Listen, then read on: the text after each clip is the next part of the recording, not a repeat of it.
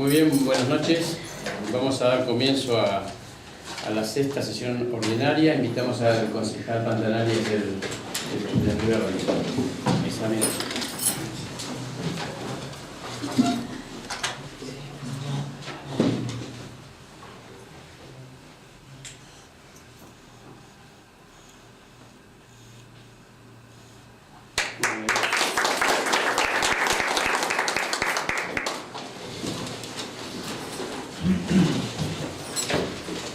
Punto 2, aprobación de orden anterior, 1362. Pongo a votación. Aprobación. Aprobado. Punto 3, Departamento Ejecutivo eleva proyecto de ordenanza aceptando donación del señor Antonio Hernández. Muy bien. ¿Ningún concejal va a hacer uso de la palabra? Lo pasamos a comisión. Comisión de Asuntos Varios.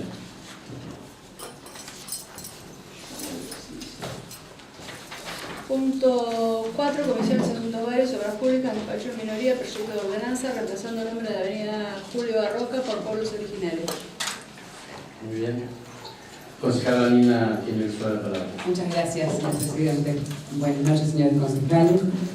Bueno, este es un proyecto que ya hace algún tiempo está aquí en el Consejo Deliberante. Hemos tenido la posibilidad de conversarlo en reunión de comisión. Bueno, para quienes por ahí no están al tanto, nuestro proyecto básicamente tiene que ver con la campaña del desierto y básicamente con la figura del general Julio Argentino Roca, que fue su actor principal, siendo esta la campaña del desierto uno de los tantos momentos más violentos de la historia nacional, por el etnocidio y el genocidio que se perpetró contra los pueblos originarios o habitantes preexistentes, como así lo denomina la Constitución Nacional. Básicamente, que la campaña del desierto se desarrolló al solo efecto de robar las tierras de los pueblos originarios para otorgárselas a unos pocos propietarios y que en el término de 27 años el Estado regalase o vendiese a precios irrisorios alrededor de 41.787.023 hectáreas a solo 1.843 terratenientes vinculados al gobierno del momento, con lazos familiares o de amistad con Roca y además fuertes lazos económicos en el momento. Que la campaña del desierto se llevó a cabo con crueldad. Roca restableció la esclavitud al anunciar el reparto de indios, los fusilamientos, la quita de los niños a sus madres, entre otras atrocidades. Llamaron desierto a un lugar ocupado por aborígenes, quienes tenían su cultura, sus tradiciones, sus formas de vida y sobre todo eran nativos de estas tierras. Por otro lado, prevaleció durante la presidencia de Roca el concepto de civilización y barbarie, completando así el círculo de destrucción de las culturas originarias. Que tenemos en nuestro país, la historia así lo ha demostrado, otros próceres, porque así los debemos llamar, como fueron el general San Martín, Mariano Moreno, José Artigas y Juan José Castelli, que ellos promovieron el buen trato, el respeto por las culturas preexistentes y básicamente llamaban a los nativos nuestros hermanos los indios. Por otro lado, también cuando fundamentamos en su momento, en aquella sesión, nuestro proyecto, hicimos alusión a que en la última sesión plenaria de las Naciones Unidas que se celebró en el 2007, se proclamó la Declaración de los Derechos de los Pueblos Aborígenes, en donde en diferentes artículos justamente de esta declaración habla de los derechos de las diferentes etnias y de los procesos de asimilación, de aculturación forzosa que se realizó en los mismos, no respetando ni sus bienes culturales, ni intelectuales, ni religiosos, ni espirituales.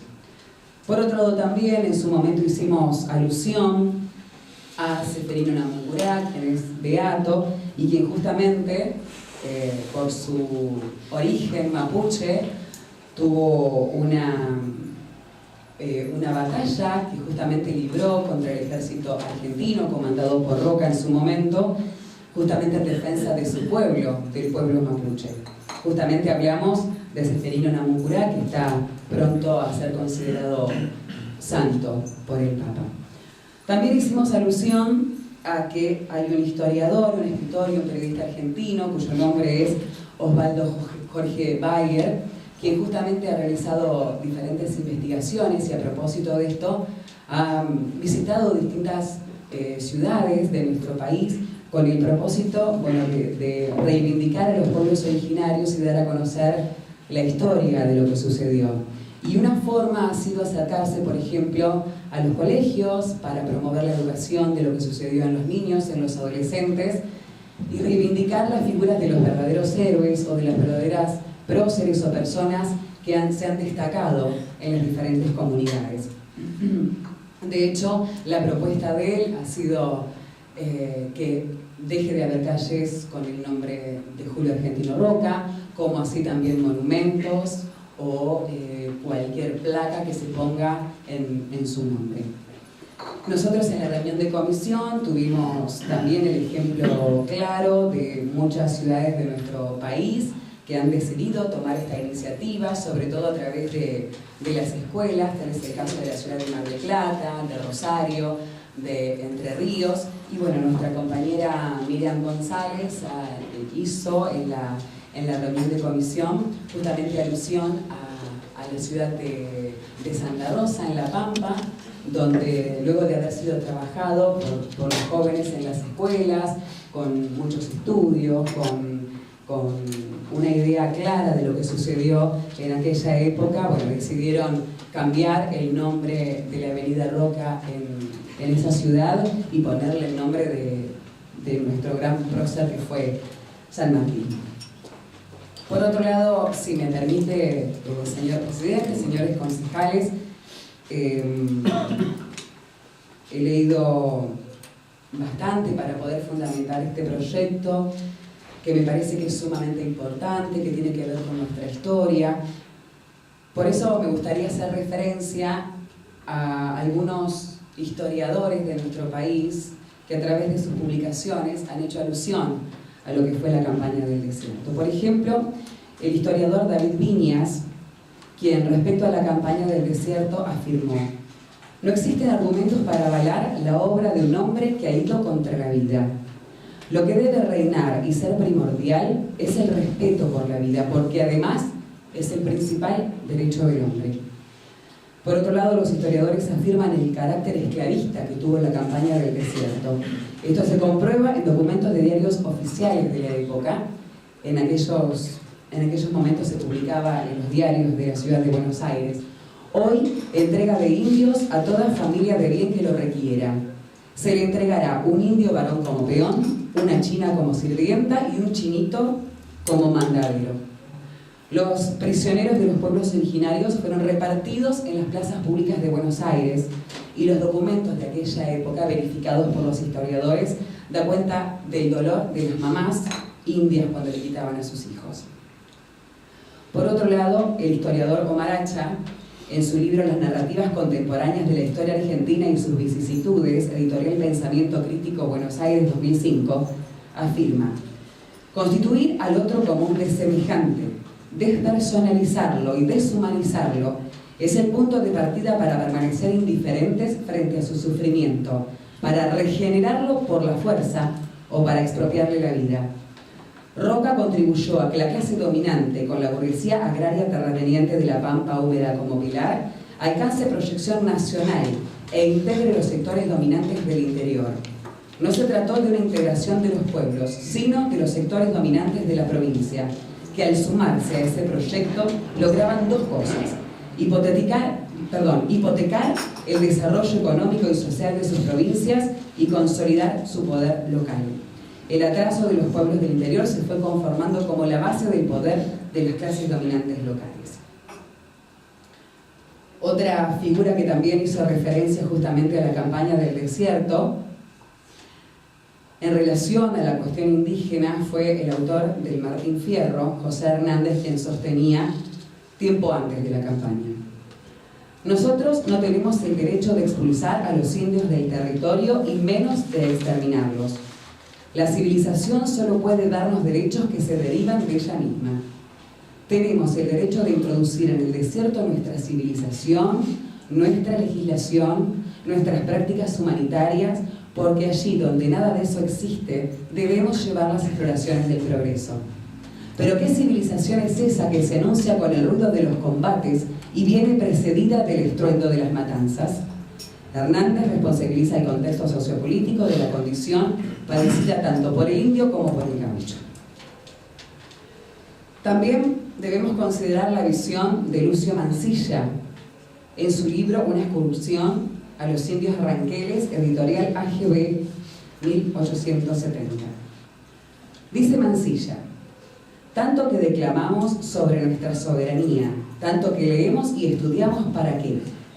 Para despreciar al pobre indio, llamándole bárbaro, salvaje, para pedir su exterminio porque su sangre, su raza, sus instintos, sus aptitudes no son susceptibles de asimilarse con nuestra civilización empírica, que se dice humanitaria, recta y justiciera, aunque hace morir al que el hierro mata, y se ensangrienta por cuestión de amor propio, de avaricia, de orgullo, para que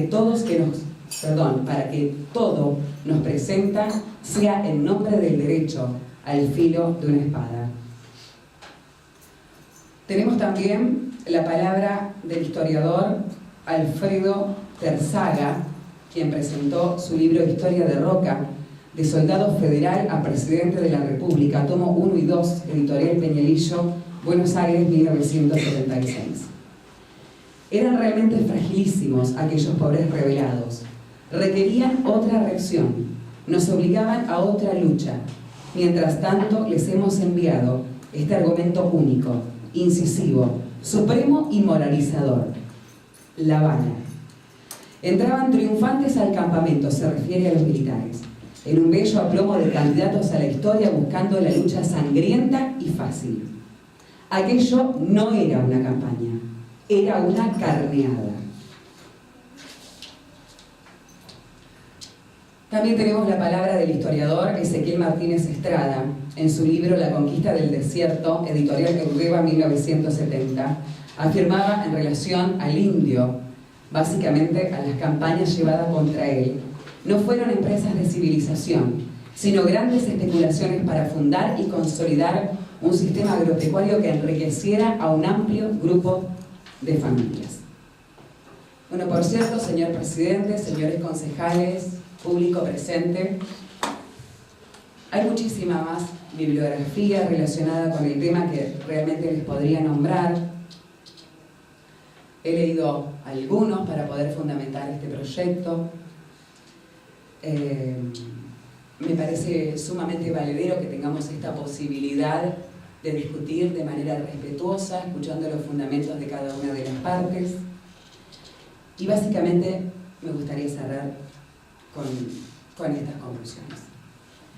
Está claro que la conquista del desierto ocurrió, que con esta se perdió la vida y la cultura de millones de aborígenes, que el propósito fundamental era el enriquecimiento económico de un pequeño sector de la población.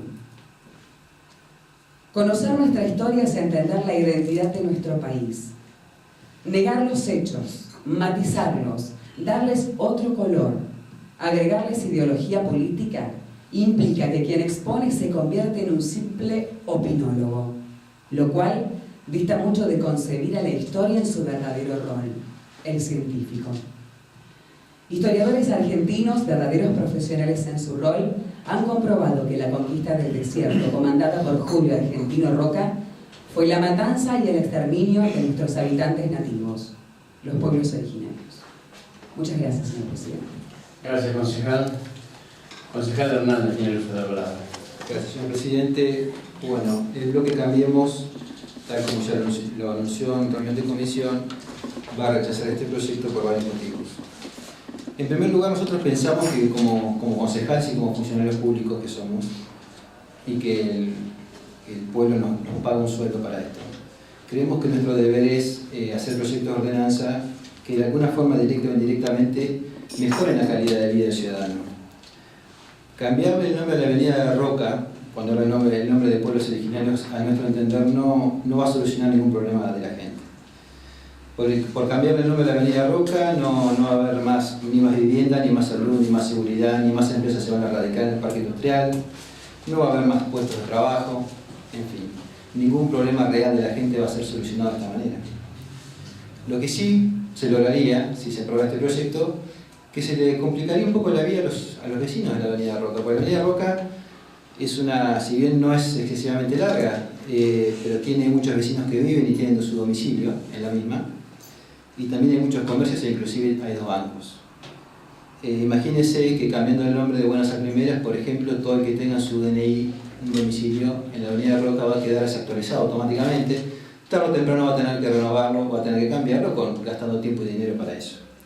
También toda la papelería comercial, todos los domicilios postales, los servicios que se prestan en la avenida, el catastro municipal, la información contenida en documentos públicos, en instrumentos públicos, como por ejemplo las escrituras, todo eso queda desactualizado automáticamente, con lo cual, de hecho no sabemos si se ha consultado, no creemos que ni siquiera se ha consultado a los vecinos de la Avenida Roca para preguntarles si estaban convencidos de que se cambiara el nombre o no. Entonces, nos preguntamos, ¿es necesario y para quién es necesario cambiar el nombre de la Avenida Roca y ponerle pueblos originarios?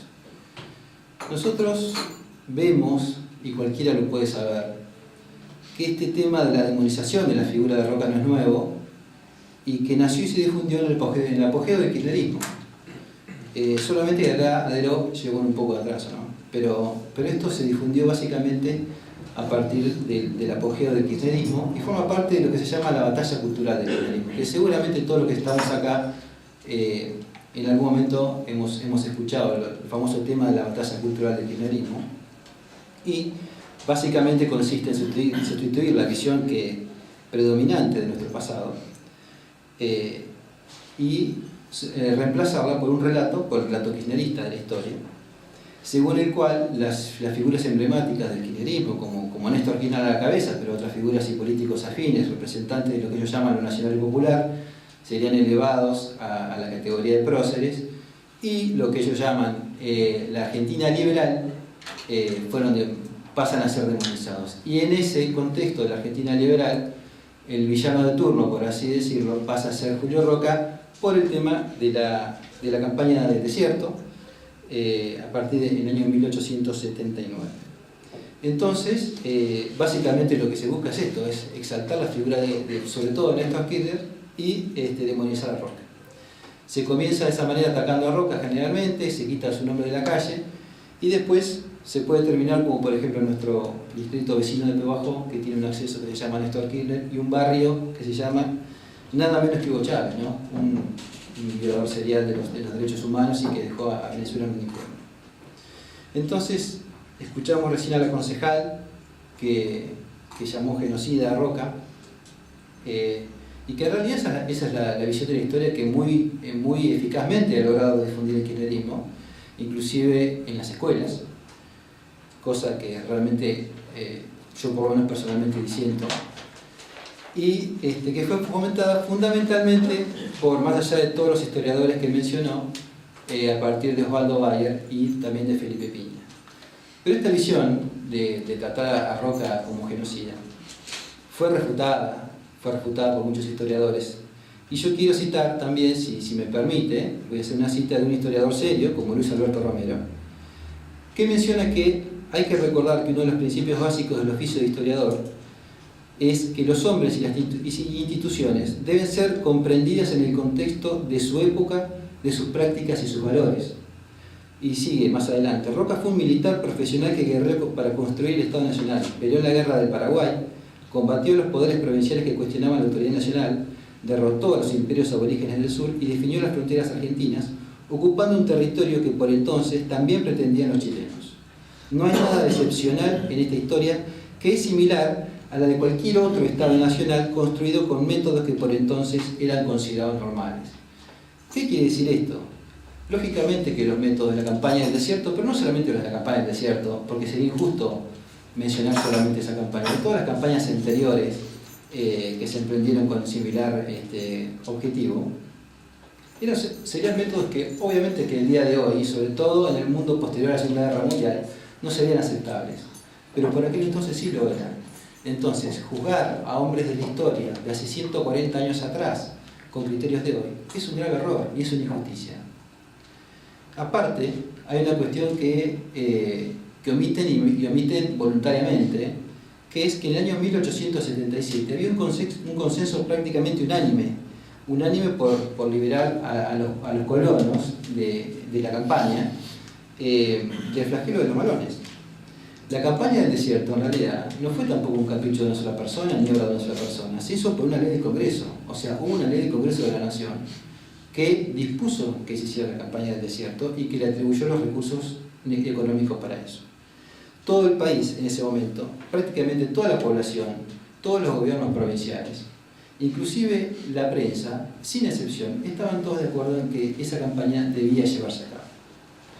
Hay una estimación, porque también hay que mostrar datos, que señala que entre 1820 y 1870 los aborígenes habían robado 11 millones de cabezas de ganado, 2 millones de caballos, 2 millones de ovejas, asesinaron o capturaron a 50.000 personas y robaron también bienes por valor de 20 millones de pesos.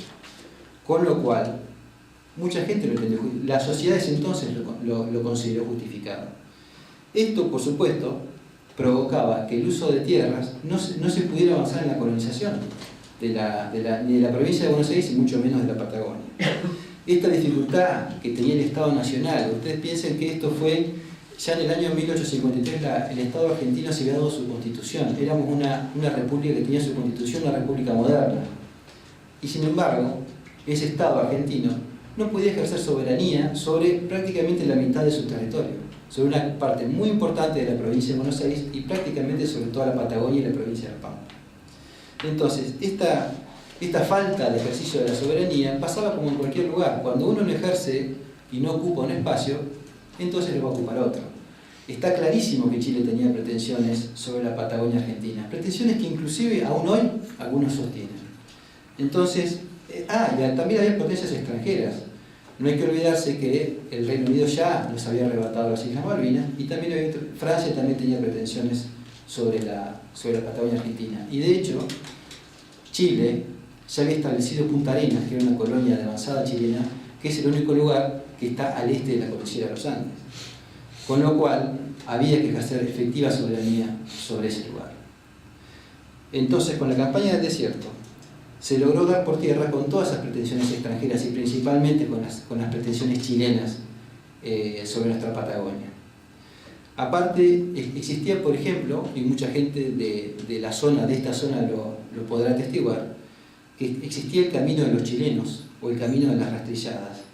Era básicamente utilizado cuando los malones robaban ganado en los establecimientos de campo de la campaña, y este camino iba por Olavarría, pasaba por Guaminí, Caroe, Salinas Grandes, Choel y Choel, atravesaba los ríos Limay y Neuquén, después pasando por la cordillera de los Andes, utilizaban para vender ese ganado en Chile. Y esto era no solamente tolerado por Chile, sino que aparte era fomentado por las autoridades chilenas, para justamente beneficiarse con ese comercio de animales robados en Argentina. Por otro lado, un argumento también que uno escucha bastante es el tema de que las tierras fue hecho para sacar las tierras a los aborígenes y que se las repartieron entre los amigos o militares o soldados o políticos afines a la gestión de Roca. Lo que se cuida muy bien de decir, lo que sostiene esa teoría, es que por aquel entonces eran muy pocos los criollos que estaban dispuestos a habitar en esas regiones inhóspitas, desérticas, alejadas de toda población importante. Por supuesto no había ferrocarril, no había telégrafo, era muy difícil conseguir agua potable, no había caminos, el clima era riguroso, con lo cual era muy difícil hacer producir esas tierras. Entonces, es más, toda esta región comenzó a demostrar todo su potencial productivo recién ya entrado el siglo XX. Con lo cual vemos que inclusive hasta hay cierta hipocresía en ese discurso, porque parece ser que ese reparto de tierras que se hizo en aquel momento, que realmente si tenía poco valor era porque tampoco mucha gente no tenía la intención de venirse a vivir hasta acá, y mucho menos en la Patagonia. Pero actualmente, por ejemplo, no lo veo que denuncien con la misma vehemencia las tierras que tiene la Cerro Báez, que tiene 425.000 hectáreas en la Patagonia, 25 estancias tiene. Entonces, a mí me gustaría que a veces también se midieran con la misma vara cómo son las cosas, ¿no? Y otra cuestión que también Bayer, Piña y otros se cuidan muy bien de decir, es que en realidad la etnia mapuche, que fue principalmente la que fue derrotada por Roca, tampoco eran pueblos originarios de la República Argentina. Está muy bien documentado en la historia que los araucanos, que en realidad después se llamaron mapuches, pero originalmente eran araucanos, y ese nombre viene porque son originarios del puerto de Arauco en Chile, empezaron a invadir la República Argentina recién a principios del siglo XVIII, a partir de la década del 20. Y lo hicieron no sin violencia, sino con bastante violencia. Los relatos y las crónicas de aquella época, de cómo se produjo la araucanización de la Pampa, son muchísimos, pero solamente quisiera relatar, por ejemplo, que en el año 1821 un grupo que se llamaba Moluche, que era un subgrupo dentro de los mapuches, apoyado por tropas regulares de Chile, o sea, del ejército chileno, vencieron y masacraron 1800 tehuelches en Choel. Los tehuelches sí que eran los originarios de la Patagonia, pero los mapuches no. Empezaron a invadir recién a partir del siglo XIX. Y no solamente mataban a los guerreros, sino que aparte de paso mataban también mujeres y niños, con lo cual la masacre era total. Mucho más cruento que lo que podría haber hecho el ejército argentino. También en el año 1825 masacraron a la etnia de los pehuenches en Mendoza, con similar crueldad. Y en el año 1829 y en 1830 a los pampas en Sierra de la Ventana y en Bahía Blanca. Con lo cual, estas masacres o genocidios también dan nota de lo que era, ¿no? la historia de aquellos años. Por otra parte, también estaban las cuestiones, por supuesto, más allá de lo dificultoso que sería vivir en la campaña en aquel tiempo, estaba la cuestión de los malones, que también veo que nadie se ocupa, que no lo dicen mucho, pero cuando los malones atacaban las poblaciones, mataban a todos los varones, porque era lo que causaba problemas. Muchas veces llevaban las cautivas y los niños, o los niños eran separados de sus madres. Y entonces en este punto vale también un poco detenerse, ¿no? Porque ahora que estamos todos tan de acuerdo en luchar contra la violencia de género, no se olvidan de la figura de lo que era una cautiva. Una cautiva era una esclava sexual. Era una persona que en contra de su voluntad era una esclava sexual y aparte tenía hijos no deseados. Y solo valía en la medida en que cumpliera esa función y nada más. Y si se rebelaba, la mataban. Y que eso no era importante tampoco. Entonces es una cuestión, todo esto, que coincido con la concejal que es un debate muy interesante, pero que no coincidimos con esa visión de la historia que nos pretenden imponer desde la batalla cultural del kirchnerismo. Por otro lado, cabe preguntarse por qué en el país hay tantas calles, tantas avenidas que se llaman Roca. ¿Solamente por la campaña del desierto? No es solamente por la campaña del desierto. Roca fue presidente en dos periodos distintos, entre 1880 y 1886 y después entre 1898 y 1904. Es decir, entre un periodo y otro hubo 12 años de intermedio. Roca no buscó la reelección, no armó componentes políticas para reelegirse, no buscó reformar la Constitución. En ambos periodos pasó un tiempo, tampoco se alternaba entre marido y mujer, como hacían Kirchner y su mujer. Proyecto que después quedaría trunco, ¿no? Entonces, respetó el orden constitucional. Aparte, en su obra como presidente, hay puntos muy destacados que sentaron la base para el progreso de la nación. Destacable la sanción de la ley 1420, que muchos erróneamente le atribuyen a Sarmiento. La ley 1420 es conocida como la ley de enseñanza laica, gratuita y obligatoria. Con esta ley se permitió el acceso a la educación sin discriminación de todas las clases sociales. Hasta los más pobres pudieron ir a la escuela. Cuando comenzó el primer mandato de Roca, había 1.214 escuelas públicas. 6 años después eran 1.804. Las escuelas normales, que eran las escuelas que formaban maestros, pasaron de ser de 10 a 17. Los alumnos de 86.000 a 180.000. Los docentes de 1.915 a 5.348 en 6 años. Y en la segunda presidencia de Roca se crearon escuelas de artes y oficios, de agronomía, de veterinaria, de ingenieros en minería para San Juan y de agricultura vitivinícola en Mendoza. También Roca estableció como presidente el registro civil de nacimientos, decesos y matrimonios. O sea, que pasó a la autoridad civil el registro, que hasta ese entonces estaba en manos de la Iglesia, con lo cual, por supuesto, le generó un conflicto con la Iglesia. Entre 1880 y 1900 llegaron a la Argentina más de 1 millón de europeos, creando así lo que es la sociedad argentina hoy, esta amalgama, este crisol de razas que somos los argentinos, y de la cual todos los que estamos acá, de una forma u otra, somos nietos, bisnietos de inmigrantes que vinieron a trabajar y a hacer este país grande. Roca también consiguió que Chile reconociera finalmente nuestra soberanía sobre la Patagonia, porque, como dije antes, su reclamo era muy activo sobre la Patagonia. Pero mientras Chile estaba librando la guerra del Pacífico contra Bolivia y Perú, Roca, como presidente, insinuó que iba a entrar en guerra a favor de los enemigos de Chile. ¿Qué hizo inmediatamente Chile? Reconoció la soberanía argentina sin concesiones sobre la Patagonia. Y un tema que quedó zanjado para siempre. Aparte, con Roca terminó la guerra entre militares y federales. En aquel entonces hubo un conflicto que duró más de 70 años. Y el tema central, ¿cuál era? Eran las rentas del puerto, las rentas de la aduana. Con la federalización de la ciudad de Buenos Aires y por consiguiente con la federalización del puerto de Buenos Aires, el tema quedó concluido para siempre.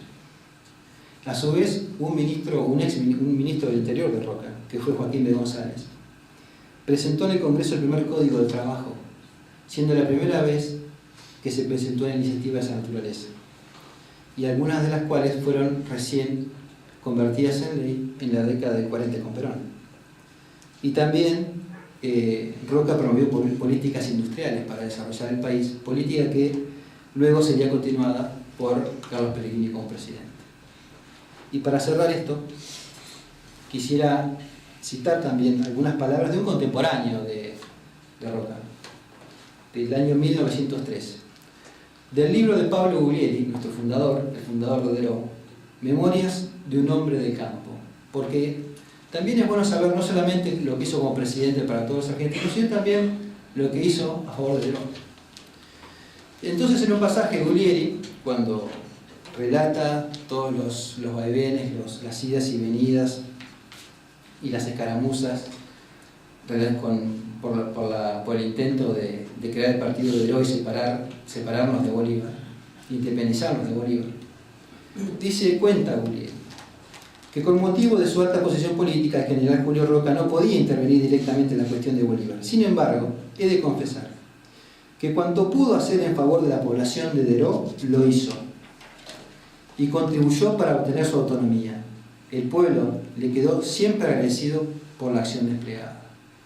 Bueno, esperemos no ser desagradecidos, señor presidente, y por lo tanto proponemos el rechazo de la ordenanza. Muchas gracias. Muy bien, gracias, concejal. Concejal Colonna tiene uso de la palabra. Muchas gracias, señor presidente. Perdón. Muchas gracias, señor presidente.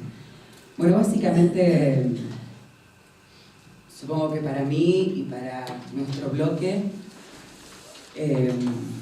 más allá de la diferencia de pensamiento, de los diferentes análisis que se han hecho en la figura de Julio Argentino Roca, creo que este es un día muy importante para nosotros como consejo, para la población que nos esté escuchando, permitirnos este debate, permitirnos que la población tenga ambas posturas, que quien desee puede tomar por una o por la otra, pero me parece muy bueno el trabajo que ha realizado el concejal, que, se ha tomado muy en serio este proyecto, aunque al principio consideró que no nos correspondía como concejales, pero la verdad es que me pone muy contenta el hecho de que haya justificado como lo justificó, que haya avalado sus dichos con bibliografía.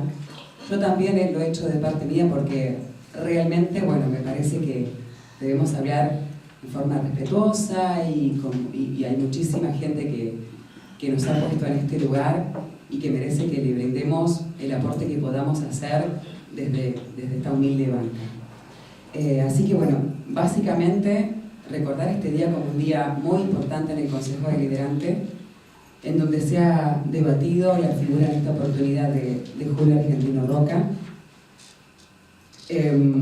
Por ahí hay algunas cuestiones en las que no he estado de acuerdo.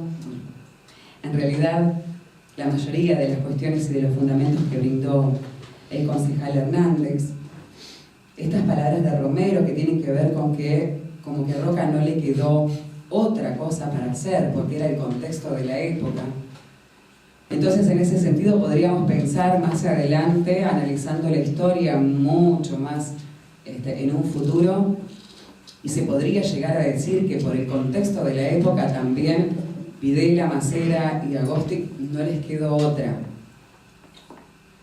Me parece que es un poco compleja esa fundamentación que brinda Romero y que pone el concejal Hernández como ejemplo.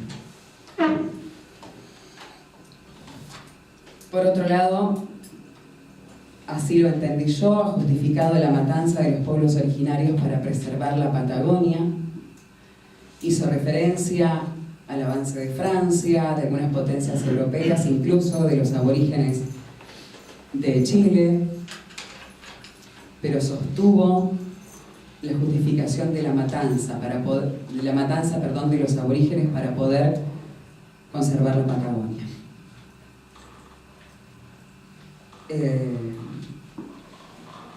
Considero también que lo que ha nombrado respecto de la obra de Roca, lo he leído, es así, es real, tiene que ver con la educación, tiene que ver con el crecimiento de nuestro país, desde la conformación del Estado Nacional, pero las cosas positivas que él haya hecho no significan y no se pueden poner en una balanza respecto de lo que hoy estamos analizando. Y por otro lado también, y para finalizar, me llamó mucho la atención el insistente fundamento que realiza el concejal respecto de la figura del kirchnerismo, respecto de la figura de Néstor, de Cristina, respecto de la figura de Hugo Chávez, que son contemporáneos y que no encuentro relación a la que se pueda establecer con la obra de Julio Argentino Roca en esos momentos.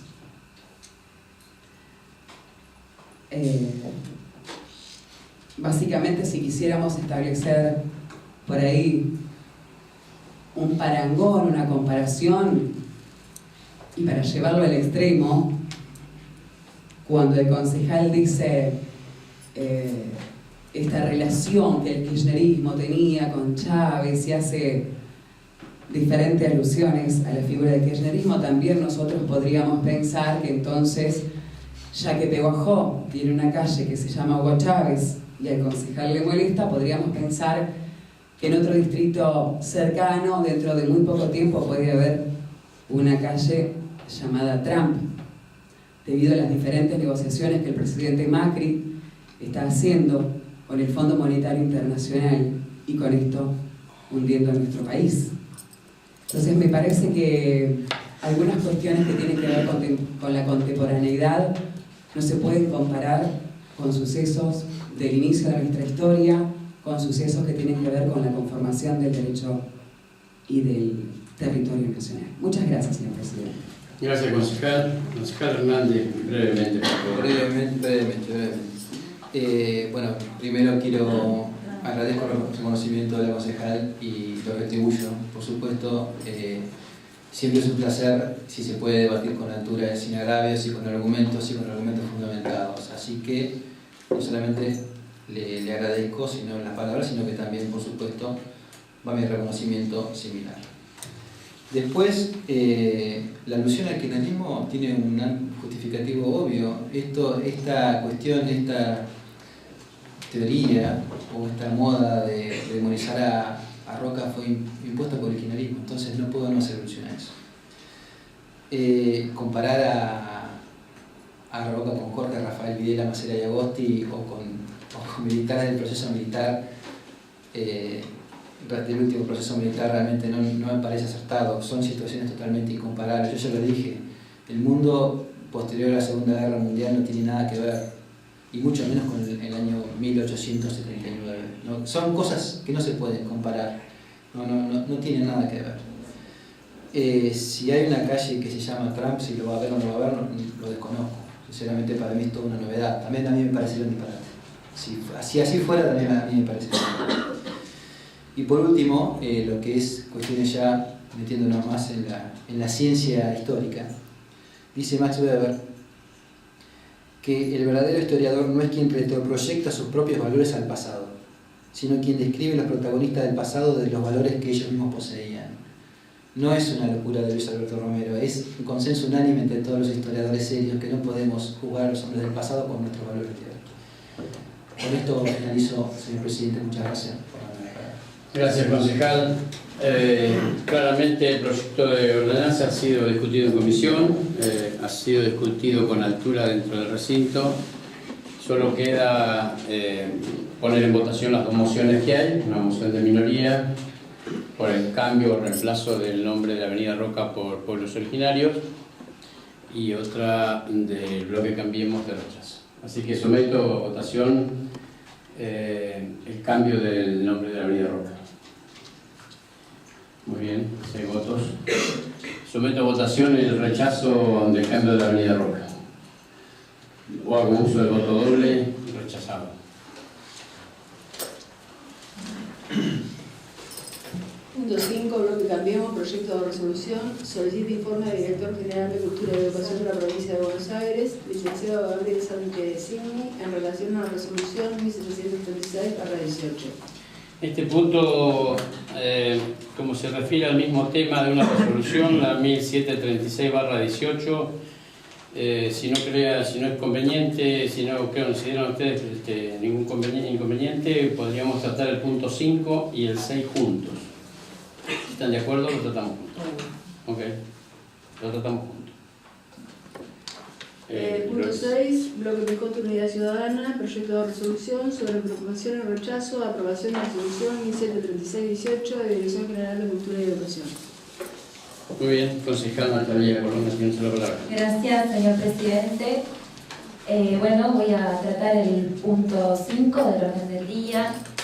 Y bueno, considerando que la semana pasada se produjo un cúmulo de información que comenzó a circular en torno a la resolución 1736 del 2018 de la Dirección General de Cultura y Educación, que dicha resolución establece que los equipos de orientación escolar pasan de ser institucionales a ser distritales, que todo ese cúmulo de información que circuló por todos lados llevó a confusión y también generó preocupación e incertidumbre dentro de los docentes que pertenecen a ese equipo, a nuestro distrito, y a los efectos de llevarles tranquilidad y también información oficial, es que decidimos en bloque solicitar un pedido de informes a la Dirección General de Cultura y Educación, específicamente al licenciado Gabriel Sánchez Signi, para que nos informe sobre todas las dudas que nos acercaron los docentes a nuestro bloque. Mediante este proyecto de resolución le solicitamos al Director General de Cultura y Educación que nos informe sobre el diagnóstico, sobre la situación de cada una de las regiones educativas cuyos datos impulsaron la mencionada resolución, si la decisión sobre el cambio de organización de los equipos de orientación escolar, que ahora serían distritales, fue trabajada y consensuada a través de la Dirección de Psicología Comunitaria y Pedagogía Social, con el aporte realizado por los agentes de cada una de las regiones educativas. También que nos informe la cantidad aproximada de puestos de trabajo que podrían perderse a partir de esta nueva organización, o si por el contrario se generarán nuevos para dar cumplimiento a todos los que se reconocen en el anexo 1 de la mencionada resolución. Si la prioridad anunciada en el anexo, que es para atender al nivel inicial, significará la pérdida de cargos en otros niveles educativos, o si se crearán nuevos para atender a todos. También que nos informe las variables a considerar para definir como excedente un equipo de orientación escolar que no sean las resoluciones 3367, 333 y 1004. Estas resoluciones establecen las pautas para la conformación de plantas orgánicas funcionales de cada escuela, y también que nos informe toda otra cuestión que sea necesaria para llevarles tranquilidad y hablarles con la verdad a nuestros docentes, que por supuesto están preocupadas. Es por eso, señor presidente, y dado la entidad del asunto, que considero oportuno que se apruebe este proyecto de solicitud de informes a la Dirección General de Cultura y Educación. Muchas gracias. Muy bien, gracias, concejal. El tema, estamos discutiendo o, digamos, presentando los puntos de vista de los dos temas. No sé si lo que el concejal Danina Corona tiene uso de la palabra. Entonces. Muchas gracias, señor presidente. Bueno, todos podemos observar que la situación de la educación en la provincia de Buenos Aires es cada día más preocupante. La actual gobernadora ha llevado a cabo medidas que implican el avasallamiento de uno de los principales derechos de los ciudadanos y que tienen que ver con la educación. Comenzamos el año con una decisión de la gobernadora de cerrar y o fusionar cursos y cargos. De hecho, tuvimos la posibilidad, junto a las compañeras de los diferentes gremios docentes, de dialogar con la inspectora, de poder ver los rostros de las docentes de las diferentes instituciones de nuestra ciudad, desesperadas en su momento, no solamente porque perdían su trabajo, sino también porque se avasallaba el derecho de elegir de los estudiantes, porque no había infraestructura donde poder ubicar a los alumnos. Esto de hecho sucedió en la Escuela de Educación Media número 2 de Deró y también en la Escuela número 4. Se decidió también la quita de subvenciones a los colegios. De hecho, hoy muchos docentes están noticiándose de que no van a cobrar su próximo salario por diferentes situaciones. La gobernadora de la provincia de Buenos Aires no ha convocado a los gremios a paritarias docentes. Ha decidido pagar el aguinaldo tomando como base el sueldo del pasado mes de diciembre. Consideró hace muy poco tiempo una inversión, destinar 16 pesos a los niños que concurren a establecimientos educativos donde además se le brinda el almuerzo. Esa paupérrima suma que entendemos todos que es absolutamente irreal. Es importante que sepamos que las instituciones escolares de nuestro distrito que reciben a niños para brindarles el almuerzo tienen hoy niños en lista de espera, niños deroenses que necesitan recibir su almuerzo. La función de la escuela no es dar de comer, es educar.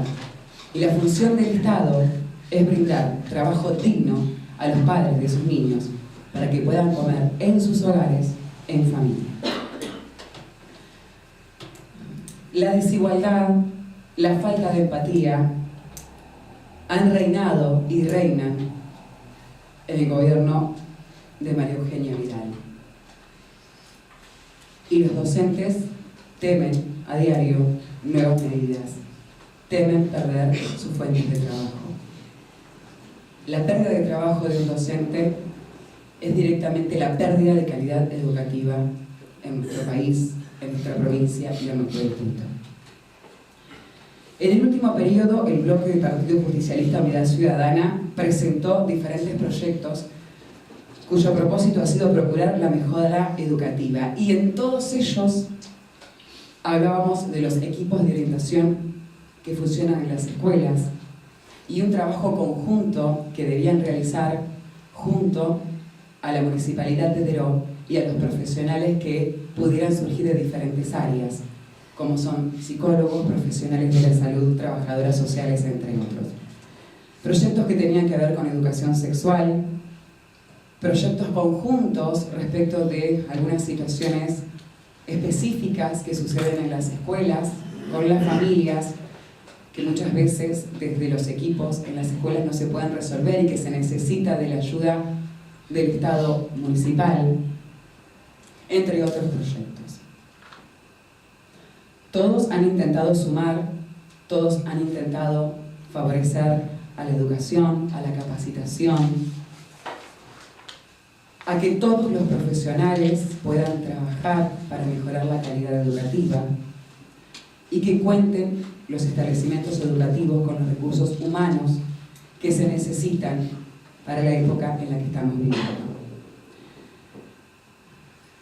La educación es una inversión que debe ser garantizada por el Estado para el conjunto de la población y no un derecho que solo pueden adquirir aquellas personas que pueden pagarla.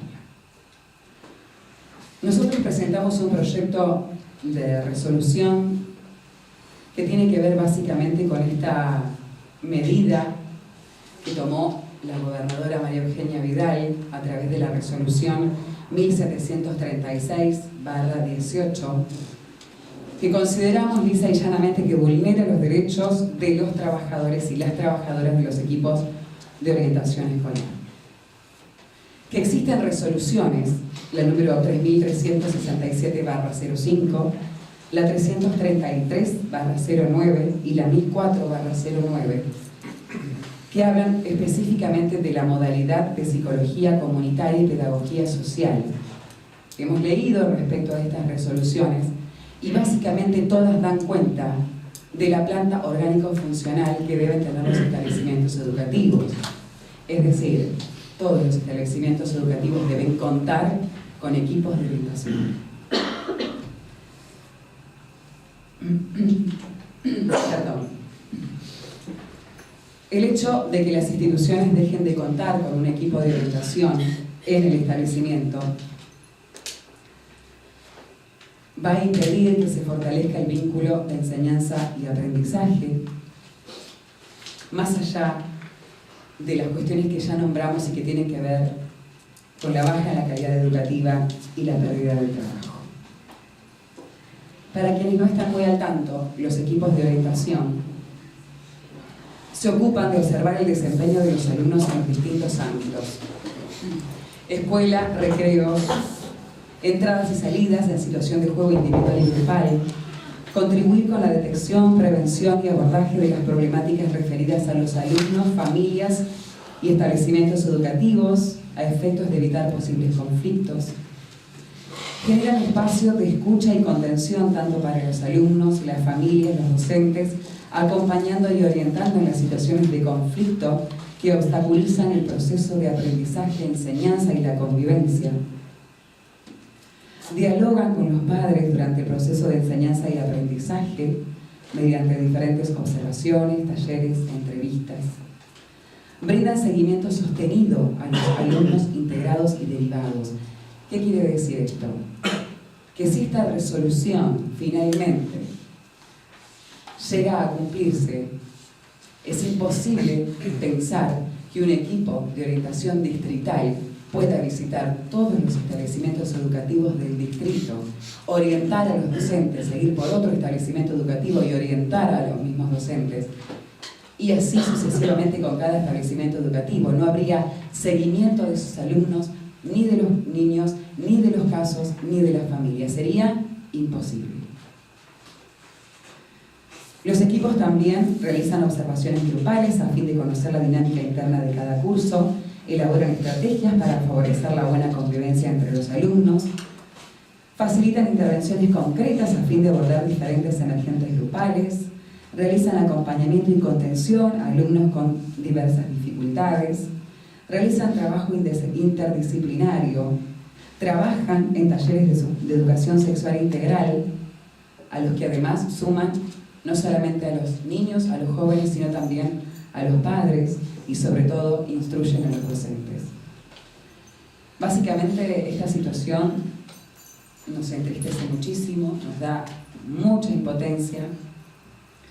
Cuando nosotros hablamos de educación, hablamos de sumar, nunca es restar. Sumar significa aunar fuerzas entre los profesionales. La escuela de hoy no es la escuela de hace algunos años atrás. Se precisa de profesionales que acudan, que acompañen, que asistan y que orienten. Y básicamente esa es la función de los equipos. Orientar y acompañar a los niños, a los jóvenes, sobre todo a las familias, por diferentes situaciones que puedan ocurrir en el establecimiento, como así también en el ámbito familiar. Nosotros, por eso, señor presidente, hemos creado un proyecto de resolución para manifestar nuestro rechazo y preocupación a la aprobación de esta resolución. Solicitamos en el artículo 2 se haga llenar nuestro rechazo a la mencionada resolución a la gobernadora de la provincia de Buenos Aires y solicitamos también que esta resolución llegue a los diferentes consejos de la provincia de Buenos Aires. Sabemos que las concejalas del Partido Justicialista y de Unidad Ciudadana de la provincia, reunidas en los diferentes consejos deliberantes, han manifestado su rechazo en contra y queremos que nuestra resolución también sume para que esta resolución no sea aprobada. Muchas gracias, señor presidente. Gracias, concejal.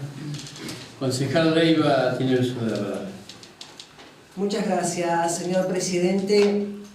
Primero, quiero hacer la salvedad que la concejal Colonna habló medio discurso de un tema que no era justamente el tema que estamos tratando, que es la resolución 1736 del 18, digo porque estuvo fuera del orden del día, para que conste en acta.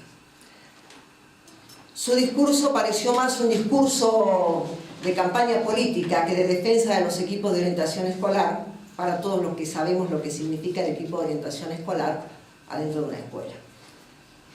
Se remitió a otros temas que hemos tratado durante este año, que ya lo hemos dejado aclarado, y en ese momento dijimos, si corresponde que se cierre un curso, porque ese curso tiene 4 alumnos y la resolución así lo determina, entonces nuestro deber no es decir que no se cierre el curso, sino que le pidan a los sindicatos docentes que modifiquen las resoluciones.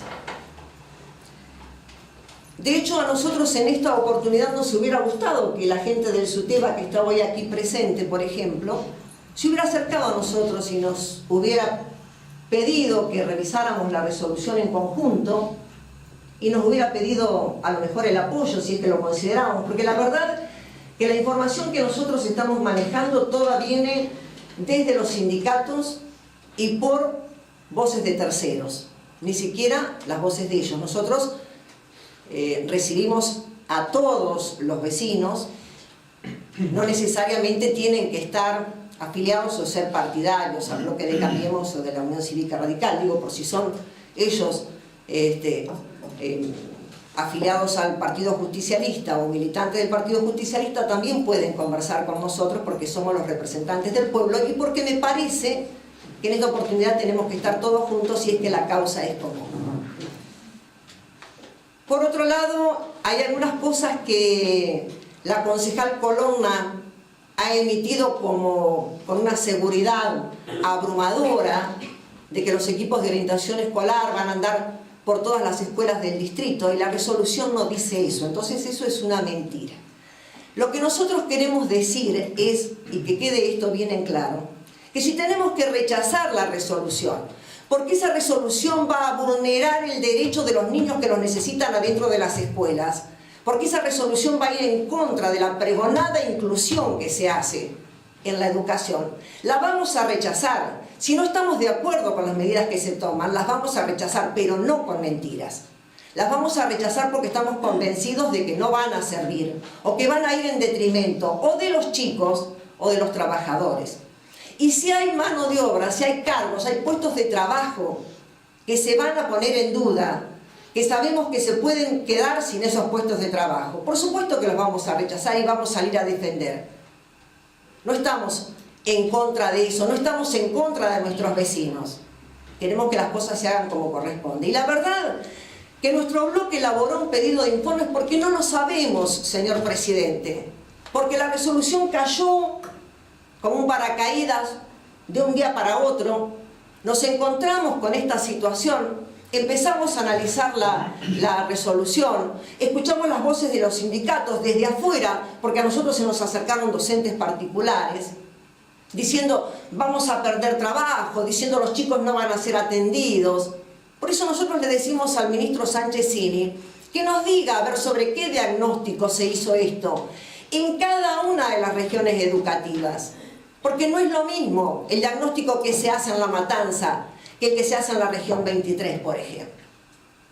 Seguramente nosotros en la región 23 no vamos a tener problemas porque no tenemos equipos de orientación escolar excedentes y porque tenemos gente trabajando dentro de las escuelas. Pero por eso hicimos el pedido de informes. Nos hubiera gustado que la gente de SUTEBA, de la FEB, de UDOGA, se hubieran arrimado a conversar con nosotros y haber podido arribar, a lo mejor, a otra conclusión. Por eso nosotros decimos, por un lado hacemos el pedido de informes, por otro lado decimos, vemos con enorme preocupación la aplicación de esta resolución y nos quedan muchas dudas sobre lo que va a pasar al respecto, señor presidente. La propuesta de este bloque es que en lugar del rechazo mostremos la preocupación y esperemos el pedido de informes a ver qué es lo que pasa, si es que esto es posible y si es que los concejales de Unidad Ciudadana pueden aceptar esta propuesta que nosotros les estamos haciendo. Gracias, concejal. Concejal Jonás José tiene la palabra. Muchas gracias, señor presidente. Bueno, la verdad que me parece de pésimo gusto acusar a alguien de estar afiliado a un partido político. Desconozco cuál es la ideología política de los miembros de SUTEBA, al menos de la conducción, pero me parece que acá estamos para resolver un problema que nos ha sido planteado a todos por particulares, por vecinos, por docentes, por sindicatos, por quien sea, y una resolución que estaría menoscabando derechos adquiridos, como ha pasado últimamente. Así que me parece desafortunado acusar a alguien o hacer una escena de celos que viste a este y a este no lo viste porque estás afiliado o te simpatizas o te simpatizas. Pero bueno, ya que estamos todos preocupados por el dictado de la resolución 1736 de este año y que todos coincidimos en que no queremos perder puestos de trabajo y que queremos conservar la calidad educativa en los establecimientos educativos, en la redundancia de nuestro distrito. Creo que es el momento en que tenemos que debatir y hacer una puesta en común acerca de un proyecto que nos una como consejo, que nos una como ciudadanos, que nos una como representantes de nuestros ciudadanos de Escudero y hacerle llegar nuestra preocupación al licenciado Sanchezini. Nuestro bloque no tendría problema en aprobar la resolución redactada por Nuevo Cambiemos. Podríamos, ya que la concejal Leiva habló de preocupación, agregar un artículo primero a la resolución redactada por el Nuevo Cambiemos en la que manifestemos nuestra preocupación por la aprobación de la resolución 1736/18 de la Dirección General de Cultura y Educación, y acto seguido proseguiríamos con el pedido de informe que tendría que contestar el licenciado Sanchezini. Nosotros tenemos dispuesto con este agregado a aprobar este pedido de informe, señor presidente. No tenemos ningún problema. Muy bien, gracias, concejal. Concejal Leiva, acepta la propuesta de la modificación, digamos, el cambio de palabra de rechazo por preocupación. Exactamente, es que Estamos haciendo, ¿no? Entiendo si no. El artículo primero de nuestra resolución manifestar nuestra preocupación, de rechazo, seguiremos rechazo, por la aprobación de la resolución 1718 de la Dirección General de Educación Cultural. Correcto, y aprobar el proyecto, el pedido de informe. Artículo 2, edificio de Dirección de Cultura, y artículo 3, así seguirá la resolución. Sacaremos tal vez los vistos y considerandos que son más duros de la resolución planteada por nosotros y dejaríamos los considerandos de la resolución planteada por Cambiemos, que es un poco más leve. Del pedido de informe. Exactamente. Unificamos, digamos. Unificamos. Con ese agregado.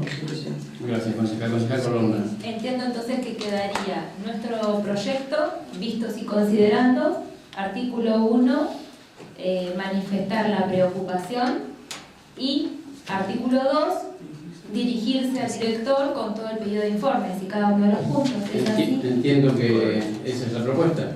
Entiendo, presidente. Discúlpenme, ¿no sería una redundancia dirigirnos 2 veces al director general de Cultura y Educación? No, unificado. Dos en uno. En uno solo.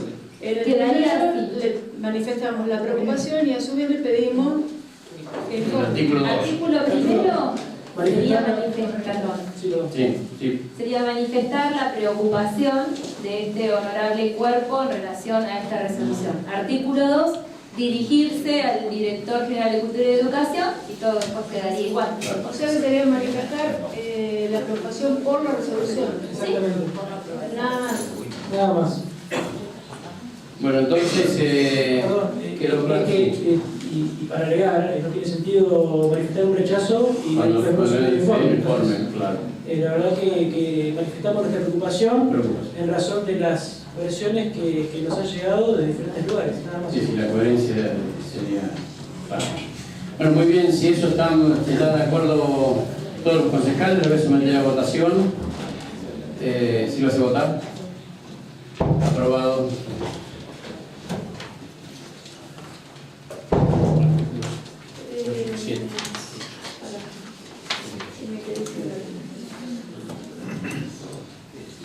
Punto 7, bloque Partido Justicialista y Unidad Ciudadana, proyecto de resolución a Dirección de Gestión Privada y Dirección General de Cultura y Educación sobre preocupación por no subvención de cargos y horas cátedra, módulos de docentes provisorios. Sí, concejal Miriam González tiene uso de la palabra. Muchas gracias, señor presidente.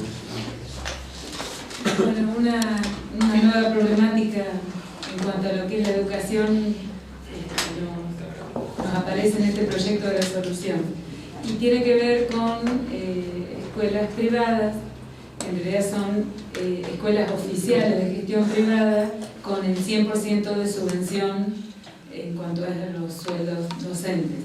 Son establecimientos que realmente no poseen recursos para afrontar el pago de sueldos, por ejemplo, y muchas veces otras cuestiones, pero de las que no nos vamos a ocupar en este momento. Existen dentro de la educación privada la figura del docente titular y del docente suplente, pero en oportunidades y por allí especialmente en poblaciones pequeñas no es muy sencillo conseguir o encontrar docentes con el título habilitante para el cargo o las horas cátedras en las que se van a desempeñar, y sí con la idoneidad. Esto puede suceder porque, por darles un ejemplo, un profesor de matemática con título de matemática puede ser que también esté trabajando como profesor de física. Entonces, en un pueblo, al no haber un profesor de física, se lo nombra también en matemática, y entonces no es titular. Aquí aparece otra figura, que es la del docente provisorio, pero que hasta el momento gozaba o goza de una estabilidad laboral y a su vez tiene que elaborar un compromiso de formación que lo lleve a poder llegar a ser docente titular. Bueno, esto está pasando en nuestro distrito, pero hay algo más que puedo agregar, que es que existía ya desde hace varios años docentes que puede ser que sean titulares, vuelvo al el de matemática y física, y está basado en la realidad, un docente que fuera titular en matemáticas y provisorio en física. Bueno, la subvención del Estado bonaerense llega a las escuelas, pero ¿qué sucedió en marzo? En estos casos, es una palabra que voy a usar y no sé cómo, para hacerme entender, no existe en ningún lugar, por favor. Vamos a decir el docente mixto, que tiene, en cuanto a su situación de revista, que tiene la titularidad en un cargo u hora y la provisoriedad, porque, para no confundir. En otra, aparece de repente sin subvención en sus horas o cargos provisorios. Entonces, de repente, de cobrar y de dejar trabajando, por supuesto, 12 horas cátedra, pasa a percibir el sueldo por 6. ¿Qué ha pasado en las instituciones educativas? Tratar de hacer los acuerdos internos más apropiados posibles. En definitiva, los docentes continúan trabajando. Entiendo que se están dando oportunidades de poder hacer presentaciones que favorezcan a los docentes y a la calidad educativa, pero ya estamos en julio. Y entonces uno conviviendo también, ¿no?, con esa situación y viendo muchos momentos de, yo diría más que preocupación, y les aseguro que no exagero, de desesperación, de decir necesito el dinero, no estoy cobrando, pero seguimos. Bueno, ¿qué se puede hacer? La institución educativa no lo tiene. Entonces, ahí es que se nos ocurre presentar este proyecto donde manifestamos nuestra honda preocupación por esto que sucede y propiciamos todos los canales de diálogos y oportunidades que desde la provincia de Buenos Aires, desde la Dirección de Escuelas y Dirección de Educación de Gestión Privada, se puedan dar para poder resolver de la forma más satisfactoria posible y más pronta posible esta situación, entendiendo por supuesto que tiene que haber compromiso de las entidades educativas, de las entidades propietarias y por supuesto de los docentes, que por lo que conozco son personas comprometidas y que trabajan y que les interesa la educación y que están día a día formándose para llegar a poder ser titulares. Bueno, ese es el contexto en el que elaboramos esta resolución y pido el apoyo a la misma para poder elevarla y que se pueda resolver esta situación lo más pronto posible.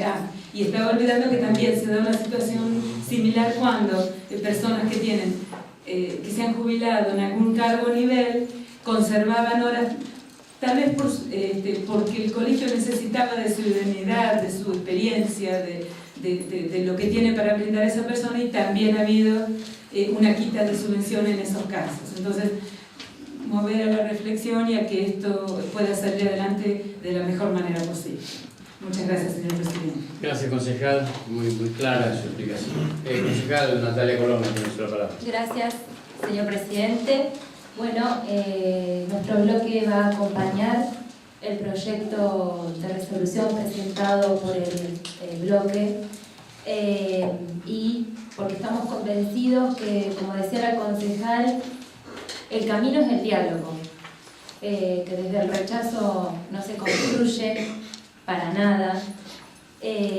Apoyamos este proyecto, pero también, si consideran oportuno y creo que suma al proyecto, proponemos que se le agregue un artículo donde la Dirección General de Educación de Gestión Privada y Dirección General de Cultura y Educación nos remitan un informe sobre la situación y, digamos, como para recibir una respuesta sobre la problemática que están viviendo los docentes que están afectados a esta cuestión. No sé si les parece oportuno. Concejal, gracias, concejal Colonna. Concejal González, ¿tiene algún problema? No había ningún... es decir, perfecto. También, de todos modos, yo quiero hacer hincapié en algo más. Es decir, uno lo que lo moviliza no es solo la situación de los docentes, sino la situación de cada escuela en sí, y entender que estamos hablando de la gestión privada, donde también está la figura de una entidad propietaria, y que hay un montón de condiciones, por supuesto, que hay que tener en cuenta. Por mi parte y por nuestra parte, entiendo que jamás estaríamos en contra de recibir ningún tipo de información o de respuesta al respecto. Muy bien. Lo cual está bien. Muy bien, entonces con la consideración de la concejal Colón. ¿Informe sobre qué? Perdón. Aclaratorio sobre las cuestiones de por qué los docentes están sufriendo estas consecuencias. Que, por ejemplo, nos remitan a todas las resoluciones que se dictaron. En la región 23, digamos, donde estamos en convención. Específicamente, claro. Para saber de qué se trataba. Porque nosotros en este proyecto de resolución no pensábamos en términos de elevar a región 23, porque entendemos que las directivas vienen de dirección de escuela, de la dirección de educación privada. Si a ustedes les parece, que desde aquí recibamos, y podríamos agregar algo más. Es decir, porque tal vez en la respuesta están todas las oportunidades que se brindan y el tiempo del que se dispone en las entidades educativas para poder resolver. Muy bien, sí, concejal Colón. Considero que la respuesta debe venir de Dirección General de Exactamente, Educación. yo pienso lo mismo, ¿no? Remitir, digamos, un pedido de informes donde nos expliquen sobre todas las resoluciones, de modo tal para contribuir y colaborar a solucionar el inconveniente. Agregaríamos un artículo de resolución, entonces, pidiendo eso, sí, concejal Leiva. Sí, gracias, señor presidente. Hay algunos comunicados, igual ya que de alguna manera enmarcan esta situación planteada por la concejal González, que nosotros se los vamos a dejar en secretaría para que lo puedan ver. Pero si tenemos que definir sobre qué vamos a hacer el pedido del artículo primero, debería ser que se explique por qué los docentes provisionales en una materia cobran y en la otra materia no cobran, si es que no le entendí mal a la concejal González, que ese es el planteo que ella realiza. Y bueno, y por otro lado se informe, que me parece bien aprovechar esta oportunidad, porque hay otro tema que nos está preocupando mucho desde el principio de año, que es que vayan a dejar de percibir los colegios de gestión privada, que vayan a dejar de recibir las subvenciones que están recibiendo hasta el momento. Entonces, en ese mismo artículo, que se explique o se informe fundamentalmente sobre esas dos cuestiones. No sé si me quedó alguna más de lo que plantea la concejal González con respecto a los jubilados, la situación de los jubilados que están dando clases, por ejemplo. ¿Cuál sería la situación de los jubilados de un nivel que continúan dando clases en otro nivel? Básicamente serían 3 puntos. No sé si la concejal está de acuerdo con esto.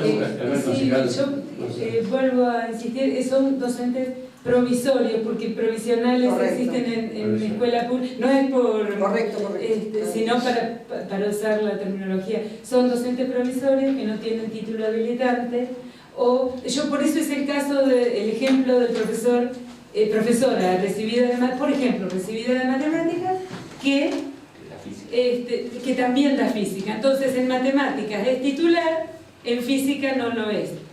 Desde marzo pasado no viene la subvención en donde era provisorio, y sí viene la subvención en donde es titular. Hay otros casos, uno siempre hace sus explicaciones, ¿no es cierto?, y elige la pantalla o el panorama más claro. Hay otros casos, puede ser una preceptora que está finalizando sus estudios de profesorado, pero que aún no lo es. Entonces, si esa profesora, eso está, a esos casos no me referí porque todavía no vienen sin subvención, pero sí están en riesgo.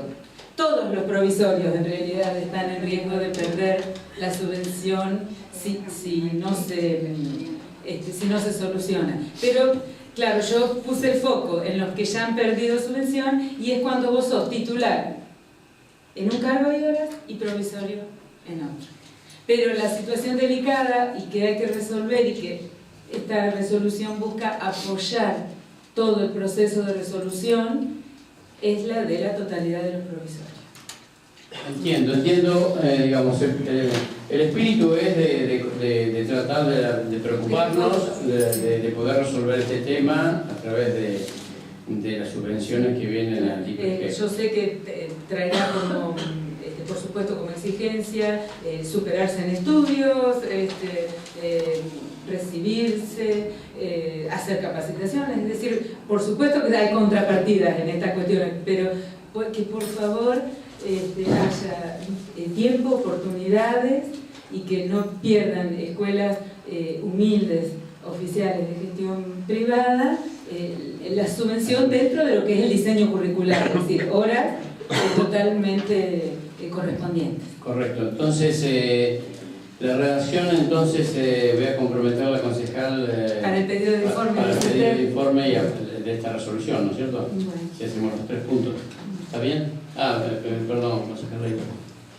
Digo, ahora que está un poco más clara la situación, si en lugar del pedido de informe sobre esta situación le solicitamos a la Dirección General de Cultura y Educación que mantenga la subvención en los casos de los docentes provisorios que no pueden cubrirse con docentes con título habilitante para asegurar la cobertura de los cargos en esas escuelas. Exactamente, y si pudiera restaurar la subvención de la que ya ha sido quitada en marzo, que Sí, ya hay varios casos. Correcto, perdón, a eso me referí. ¿Puede ser? No sé Iría si por otro lado más que pedido de informe. Recién convaleciente, con esto estoy al hospital de hoy. Iría por otro lado más que pedido de informe. Pedirle a la dirección que mantenga los subsidios a los docentes provisorios. Pero no se preocupe, señora secretaria, porque la concejal González mañana... Va a redactar bueno, quedamos, no sé si están todos de acuerdo. No hacemos pedido de informe, sino la solicitud de mantener. La subvención. Perdón, iría como artículo segundo. No, primero. Buen diálogo. Primero, ¿viste? Bueno, muy bien, entonces someto a votación Sería el artículo tercero. perdón. Disculpe. No, perdón. Sería el artículo tercero. La continuidad de que propiciamos. Miriam, yo mañana... Mañana transcribo lo que Y yo dijeron estoy enfermo. y lo hablamos. No ni tiempo de recuperarme entonces. Bueno, muy bien, entonces someto a votación el proyecto de resolución aprobado por mayoría. Punto 8. Lo que cambiamos proyecto de resolución sobre la adquisición de botones antipánicos, los que darán a ver la Centro de Comunitaria Municipal y la Dirección de Policía Comunal de Dedo. Muy bien, concejal Hernández tiene el uso de la palabra. Gracias, señor presidente. Sí, brevemente explicar, los botones de pánico son un dispositivo que permite dar una alerta inmediata e informar la ubicación donde se encuentra el dispositivo, ya sea un centro de monitoreo o alguna otra central. Las tecnologías disponibles y los diferentes implementos, hay muchos en el mercado y de diferentes valores, diferentes precios.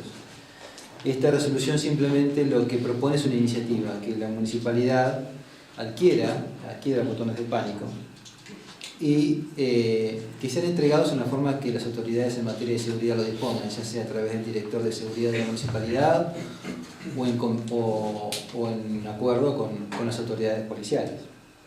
Pero lo importante, lo que nos parece importante es que se introduzca esta tecnología. Porque aparte es una buena medida por la cuestión de la violencia de género. Es muy utilizado en esta materia porque permitiría a personas en los casos donde hay procesos de violencia familiar, que el juez disponga de entregar incomodato a una víctima de violencia por el plazo y en las condiciones que disponga, entregar estos botones de pánico porque ante cualquier situación da aviso inmediato al centro de monitoreo municipal sobre un posible ataque y no solamente direccionar las cámaras. Por ejemplo, yo sé que los domos tienen cierta posibilidad de buscar alguna localización específica, y también, por supuesto, enviar inmediatamente el móvil policial.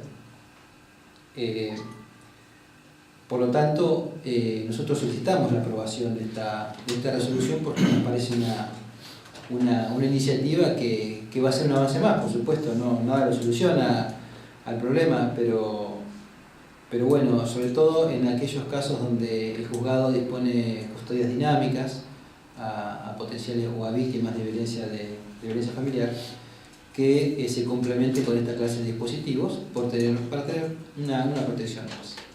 Por lo tanto, pedimos la aprobación de esta resolución, que le solicita al señor Intendente Municipal adopte las medidas pertinentes para adquirir botones antipánico que den alerta al Centro de Monitoreo Municipal y a la Estación de Policía Comunal de Dero, y que una parte de ellos sea administrado por el Juzgado de Paz Letrado de Dero para entregar en comodato a víctimas de violencia familiar. Muchas gracias. Muy bien. Concejal Doncel, tiene la palabra. Muchas gracias, señor presidente. Bueno, por supuesto que vamos a acompañar esta iniciativa.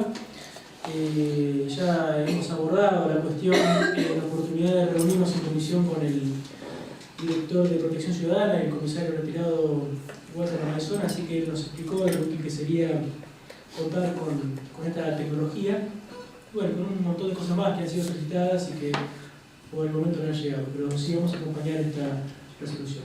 Nada más, señor presidente. Muy bien, muchas gracias, concejal.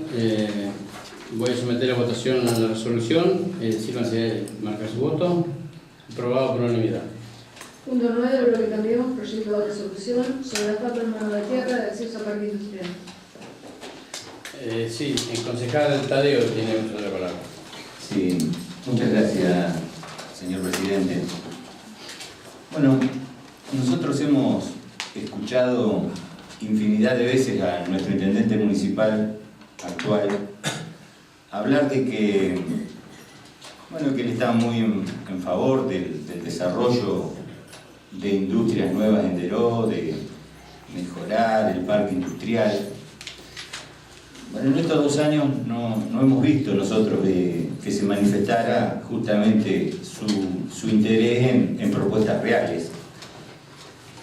Y también hemos visto con mucha tristeza que la única mano asfaltada que tenía el acceso a nuestro parque industrial en estos 2 años hemos visto cómo se ha destrozado.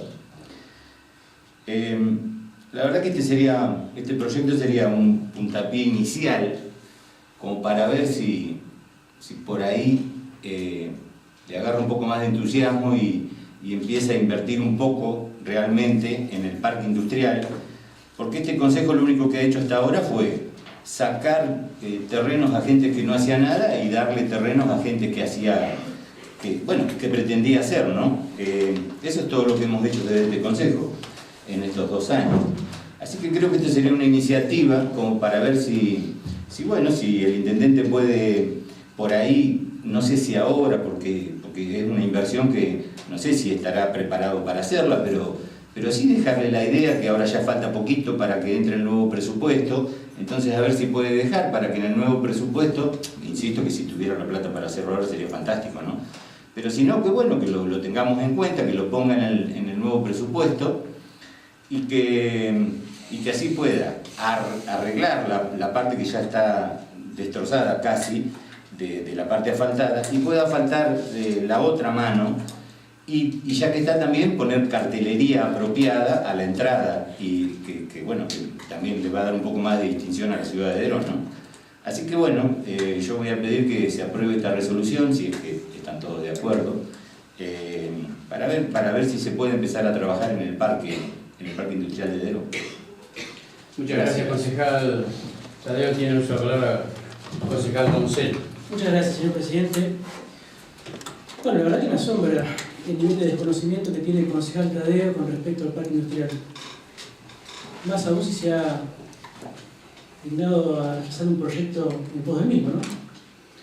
Me parece que el concejal Tadeo ha omitido contar que cuando esta gestión asume el mando de los destinos de Dero, había 6 familias viviendo en terrenos del parque industrial, cuando no se podía. Motivo por el cual esta gestión tuvo que buscar y en auxilio a esas familias y buscar un lugar digno para que vivieran. Hoy no tenemos familias que estén habitando en el parque industrial. También admite el concejal Tadeo detallar las obras que se han hecho de alteo de calle, cordón cuneta, iluminación y mejorado del parque industrial. Por otro lado, a principios del año pasado, el ministro de Producción Provincial le solicitó a nuestro intendente municipal un proyecto para la pavimentación de la traza que hoy se solicita mejorar. Este proyecto fue elaborado por el entonces secretario de Obras Públicas, el arquitecto Guillermino, y fue debidamente elevado a la repartición provincial correspondiente, atento que habían prometido financiar la realización de esta obra. No obstante lo expuesto, vamos a acompañar esta resolución con la salvedad que es absolutamente falso de que el intendente ha hecho nada por el parque industrial de nuestro distrito. Y por otro lado, si este consejo ha tratado altas y bajas de lotes entre el parque industrial es porque es nuestra función, ni más ni menos. Lo que hemos hecho es cumplir con la función que nos atribuye la Carta Orgánica y las leyes que se han dictado al efecto. Así que nada más, señor presidente. Muchas gracias, concejal. ¿Están considerando o es lo que en el pedido de resolución no hay ninguna digamos, apreciación del intendente en ese sentido? No, para nada, no. Entonces aprobamos cómo está la resolución. Muy bien, entonces someto a votación la resolución aprobada por unanimidad. Muy bien. Invito al concejal Manzanares a hacer arriba de la bandera y a los demás concejales a ponerse de pie.